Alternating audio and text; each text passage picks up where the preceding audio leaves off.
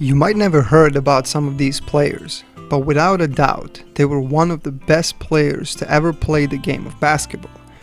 What's interesting about them is that every single of these guys rejected an NBA contract due to their own reasons or circumstances they were in. I mean, any basketball player dreams to be globally known, and the best way of doing that is becoming part of the NBA league. But there are some basketball players who, even though they got drafted, refuse to play for NBA. For most people, this would seem like the stupidest decision ever, especially when an NBA team gives you a contract which you just hand back to them. But they had their own personal reasons why they refused to be part of the best league in the world. Oscar Schmidt, Brazilian professional player, drafted by New Jersey Nets in 1984. He was a 6th-round, 131st overall pick. Even though he was part of a Nets 1984 training camp and a preseason, he declined their fully guaranteed contract. As he later explains, the amount of money that they were offering him was much less than he would make at the time playing in Italy. Many people around him were suggesting that playing in NBA would eventually make him much more money and bring him a bigger recognition around the world. But he had additional reason why he just simply did not want to be a part of NBA. You see, until 1989, NBA players were not allowed to play for their national teams. And for Oscar, this was the biggest issue. He loved his country, and he wouldn't trade a pride that comes from playing for a national team for individual fame that he would gain by playing in NBA. To highlight how good Oscar Schmidt was, is the fact that Kobe Bryant's dad, Joe Bryant, once stated that Schmidt could have been one of the greatest players in the NBA if he had just played in the league. Here are some accomplishments and the words that he made during his professional career. In 1979, he was a FIBA Intercontinental Cup champion and a final top scorer. He was induced in FIBA's 50 greatest players of all time in 1991. He was a Spanish League top scorer. He was a 2-time Spanish League All-Star. He was a 7-time Italian League top scorer, Italian Cup winner. 10 times Italian League All-Star, 3-time Italian League All-Star Game 3-point contest champion. And the rest of these awards are just insane. So obviously, Oscar Schmidt was, as they say, one of the best players in Europe history. Dejan Bodiroga, Serbian basketball player whose nickname back in the time was a White Magic, due to his ability to play any position without too much effort. His talent was just through the roof, as some people would say. In 1995, Sacramento Kings drafted Dejan in the 2nd round, being a 51st overall pick. He refused to play in NBA as he was more interested in playing European basketball. In one of the interviews, he said that he simply wants to play a style of basketball in which he enjoys, and at that time that was not the NBA. Pretty soon he became one of the best European players in history of the game. It was known that if a game was close and somebody had to do impossible for his team to win, the ball will always go into his hands, and most of the time he would turn that impossible into possible. To highlight how good Dan was, look at some of the accomplishments that he got during his career. Olympic Games silver medalist, FIBA World Cup champion in 1998 and 2002, 3-time FIBA Eurobasket champion and 1-time bronze FIBA Eurobasket, 3 times EuroLeague champion, 2-time EuroLeague Final Four most valuable player, 2-time EuroLeague Finals top scorer, 3 times FIBA Eurostar, 2-time best athlete of Yugoslavia, which was extremely difficult back in the time as Yugoslavia was basketball superpower, and as most people know, Yugoslavia and United States were known as 2 biggest nations when it comes to basketball.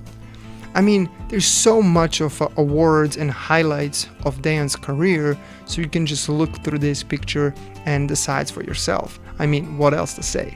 Wayne Barbender, American-Spanish basketball player who played as a shooting guard and a small forward. Played at a Wilmer Junior College, which is now known as the Ridgewater College, and at the University of Minnesota Morris. In 1967, he was drafted by the Philadelphia 76ers in the 14th round, 145th overall pick. In one of his interviews, he said that he wants to play European basketball, and that he thinks he will learn more overseas than playing in NBA. He refused the NBA contract and went to Real Madrid to start his professional career. He won 4 EuroLeague titles with Real Madrid in 1968, 1974, 1978, and 1980s. On top of that, he won 13 Spanish League championships, 7 Spanish Cups, and 4 Intercontinental Cups. In 1973, he won a silver medal at the Eurobasket and was named the most valuable player of the tournament. I mean, here is just a picture of all of his awards and highlights during this career. And like I said, you can also determine by yourself and what you think how successful he was. Kreshimir Chosic, Croatian basketball player who started his career in Zadar Basketball Club. In the summer of 1968, he played alongside Veikko Vainio, player from Finland. Vainio, who was a student at that time at the Brigham Young University, told Kreshimir a lot of positive things about playing in college and invited him to play for BYU Cougars. Chosic accepted his invitation and pretty soon started dominating in the WAC conference. In his junior year, he became the first non-American player to be awarded with All-American honors. Right before his senior year, he was drafted by Portland Trail Blazers in 1972 in the 10th round, 144th overall pick, but he refused the contract as he wanted to continue to play for BYU Cougars. Just a year later, in 1973, Chosic was drafted again by the Los Angeles Lakers in the 5th round, 84th overall pick this time. He refused the contract. Many European teams sent the invitation his way, but he refused all of them. Instead, he went back home to Croatia and continued to play for Zadar Basketball Club, where his career also started. Interesting fact is that Chosic brought Da Richardson to play for Zadar, which went into history as the first American player to ever play for Yugoslavian club team. Chosic won silver medal in 1967 FIBA World Championships and silver at the 1968 and 1976 Summer Olympic Games. He played at 4 Summer Olympic Games in 1968, 1972, 1976, and 1980, which was the most important for him, where he got selected as a captain of the team and won a gold medal. And these are not the only accomplishments and awards that Chosic had during his career. So it brings up a question, why such a player never wanted to play for the NBA? What's up, guys? This episode is sponsored by AAA Freight. They're the fastest growing trucking company in the United States. They offer a great pay grade, high-class equipment, and unlimited potential. They value your health, you as an individual, your dedication, and a teamwork. Join the team. Dino Meneghin, Italian basketball player. For a long time, he was considered the best Italian player ever to step on the court. FIBA Hall of Fame player, was drafted in 1970 as 11th round 182nd overall pick by Atlanta Hawks. He rejected the contract and decided to continue to play in Europe. There is not much information about his decision and why he chose not to play for the NBA, but surely wasn't a bad decision as he continued to dominate in Europe. In 1991, Dino was named the greatest basketball player in European history, won 7 EuroLeague championships, and was 3 times European Player of the Year. Dino also led Italian national team to their only Olympic medal in history. After losing against Yugoslavia and Chosic, he had to settle down with the silver at the Olympics, which is still a huge accomplishment. I mean, on top of all of this, you can also see that he made a lot of other awards and highlights during this career. So also brings a question, why such a player never wanted to play in NBA? Clifford Look, American-born player, even though his dad was a Dutch-born and a mother was a Swiss-born. He was such a dominant player in high school that in his senior year he scored 488 points in only 18 games. After high school, he played for University of Florida from 1959 until 1962. After graduating, he was immediately drafted and selected by New York Knicks in 4th round, 29th overall pick. Even though he was raised in America and attended one of the most recognized colleges for athletics, he refused to play in NBA. Rather, he expressed that he wants to continue his career in Europe. On the end, that turned out to be a great decision as he became one of the most recognized players ever to play for Real Madrid. He helped Real Madrid to become one of the most dominant basketball teams in Europe at his time. Throughout the period, he also gained a Spanish citizenship, which allowed him to settle in Spain, what he always wanted. To understand how good Clifford was, we have to look at his accomplishments. He was the only player who has won 6 EuroLeague titles with only one team. On top of that, he was a 3-time FIBA Intercontinental Cup champion, in 1965 EuroLeague Finals top scorer, 4-time FIBA European selection, 14-time Spanish League champion. Can you imagine winning a championship in one country 14 times? He was 10-time Spanish Cup winner, Spanish League top scorer in 1968, and he was also induced in FIBA's 50 greatest players of all time. So, what else to say? This man was massive, he was dominant, he was huge for Real Madrid, and he was also well recognized in Europe. So, brings up a question, why such a player never wanted to play in NBA? When I see all the accomplishments that he did in Europe, I wonder how far he could have gotten if he just wanted to play in NBA. Nicos Galis, a Greek born in a Union City, New Jersey, shooting guard who played under the nickname Nick the Greek. But also he had 2 other interesting nicknames, Nick the Gangster and Nick the Iron Man. He was considered to be one of the greatest European scorers ever to play basketball. Nicos played for Seton Hall University from 1975 until 1979, when he was also drafted by Boston Celtics in the 4th round and a 68th overall pick. Due to ankle injury in the preseason training camp, franchise was not interested in having him around, so Nicos decided to pursue his career in Europe. Haven't passed much longer, and Nicos started dominating, while Boston Celtics and New Jersey Nets came down with an offer to get him back to the NBA. Little did I know, he didn't like to play games, as his name, the Gangster, says it all. He turned down both offers without even looking at the contracts, and he just continued his dominance in Europe. To understand how good Nico is, let's look at his total career points and scoring average. If we take all of his games that he ever played in his career, his average points per game is 33.6 and total points of 19,795. That is just insane. On top of that, he had many other accomplishments which you can see here. Nico was FIBA Eurobasket Most Valuable Player, 8 times FIBA EuroLeague top scorer, FIBA EuroLeague assist leader, 8 times Greek League champion, 7 times Greek Cup winner, Greek Super Cup winner, 5-time Greek League Most Valuable Player, and also 5-time Greek League Finals Most Valuable Players.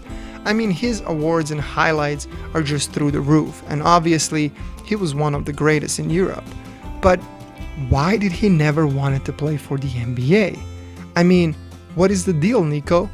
Another player who refused the NBA contract is Theodoros Papaloukas. I truly hope I pronounce his name good.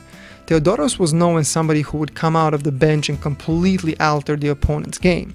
He was the starting 5, but due to his ability to come out of the bench and destroy opponents' tactic, teams that he played liked to use that to their advantage.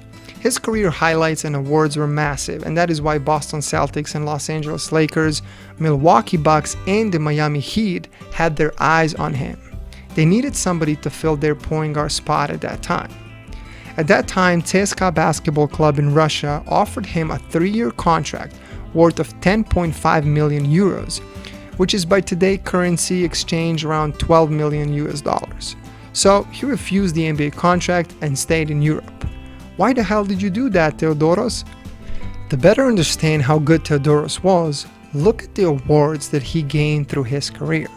He was a FIBA European Men's Player of the Year, he was an All-Europe Player of the Year, 2-time EuroLeague champion, he was a 50 greatest EuroLeague contributors, 2-time All-EuroLeague first team, and many others awards and highlights as you can see here. So why he just didn't play for NBA? Or maybe a question, how good he would actually be if he played one of those teams that had an eye on him. Sergio Llull, a Spanish player who spent most of his career playing for Real Madrid.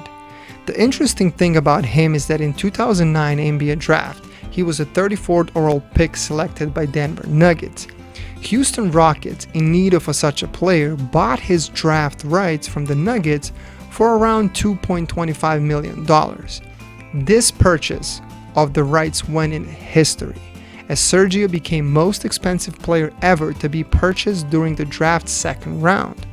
But simply for Sergio, NBA was not something he wanted to pursue. There are many controversies about why he didn't go to NBA, but as some reporters say, Sergio fell in love with the European basketball. Sergio was nothing less successful than the previous guys, so here are some career highlights and awards that he accumulated through his career. Sergio was two-time EuroLeague champion. He was a EuroLeague Most Valuable Player. He was a two-time Spanish League Finals Most Valuable Player, three-time All-Spanish League team, two-time Liga ACB second team. I mean, this man had so many accomplishments, as you can see here, that it just brings again the question why he never wanted to play for the NBA. Last player on this list is Mikey Berkowitz, Israeli professional player who played as a shooting guard. He is considered to be one of the greatest Israeli basketball players of all time. In 1991, he was named one of the FIBA's 50th greatest players. With only 17 years of age, he made his debut with the senior men's team in Israel's top professional league. In 1975, he played for University of Nevada, Las Vegas, but he was not as good as many anticipated he would be during his collegiate career. After college, he continued his career for Maccabi Tel Aviv Basketball Club. This is when his game went to another level, and offers from around the world started knocking on his door. After Eurobasket in 1979, New Jersey Nets and Atlanta Hawks offered him a contract to play in the NBA, but due to Maccabi Tel Aviv management engagement in the process, he was not allowed to accept any of those contracts. On the end, this decision ended up in a civil court. After that, he had never gotten a chance to play in an NBA again. His accomplishments and rewards were outstanding. I mean, look at all of these accomplishments, awards, and highlights of his career. I mean, it just makes you wonder how good he would actually be if he got a chance to play in NBA. I hope you guys enjoyed the video. If you can take a second and subscribe to my channel for more content like this, I would really appreciate it. But until the next one, peace out.